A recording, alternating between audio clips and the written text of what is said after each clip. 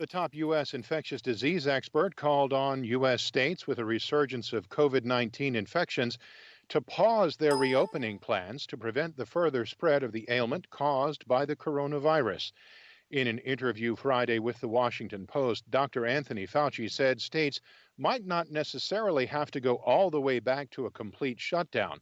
Fauci said everybody should be trying to reopen America again, but that it should be done in accordance with set guidelines. Starting off from a baseline that's low enough that when we get these blips of cases, we'll be able to more easily contain them rather than have these surges of cases which tend to get out of control. Fauci's comments came one day after COVID-19 infections in the United States exceeded 4 million, with California, Florida, and Texas grappling with sharp increases in infections. President Donald Trump is moving on his own to allow imports of prescription medicines, along with other limited steps that might have some election year appeal. At a White House ceremony, Trump signed 4 executive orders. One is about importation. The others would direct drug maker rebates straight to patients, provide insulin and EpiPens at steep discounts to low-income people, and use lower international prices to pay for some Medicare drugs.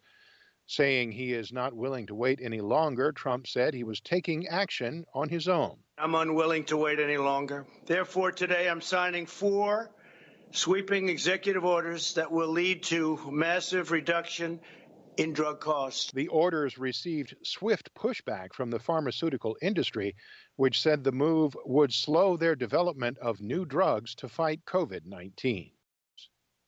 Workers at China's consulate in Houston vacated the facility Friday as ordered by the Trump administration. The United States ordered the Houston consulate closed on Tuesday and gave the Chinese government a 72-hour deadline. Video showed a line of vehicles leaving and arriving from the consulate and a truck from a locksmith company pulling up. Later, a group of men was seen prying open the doors of the facility. The U.S. alleges that Chinese agents had tried to steal data from facilities in Texas, including the Texas A&M Medical System and the University of Texas MD Anderson Cancer Center in Houston. China rejected the allegations and responded by ordering the U.S. to close its consulate in the western Chinese city of Chengdu. The European Commission has unveiled plans to create a European center to prevent mistreatment and to introduce legislation requiring online platforms to report inappropriate material related to child sexual abuse. Ylva Johansson is the Commissioner on EU Security Union Strategy. We are announcing today that next year the Commission will propose new legislation to make it mandatory for relevant internet and social media messaging companies to detect, to report, and to remove materials, and to refer them to appropriate authorities.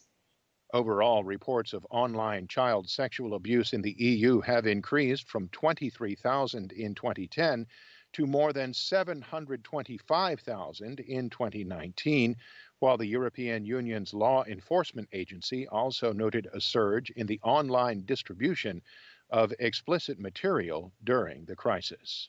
Hundreds of Israelis held another protest against Prime Minister Benjamin Netanyahu outside his residence in Jerusalem Friday. Israelis have held a series of demonstrations in recent weeks calling on Netanyahu to resign, citing his trial on corruption charges and his fractious unity government's poor handling of the coronavirus pandemic. Israel imposed a general lockdown when the virus cases first appeared in March and by May had largely succeeded in containing the outbreak. But then it moved quickly to lift virtually all restrictions, and in the following weeks, cases surged. Formula One announced on Friday that it has canceled all 4 races to be held in the Americas due to the COVID-19 pandemic. The organization said it would replace the races with returns to tracks in Europe.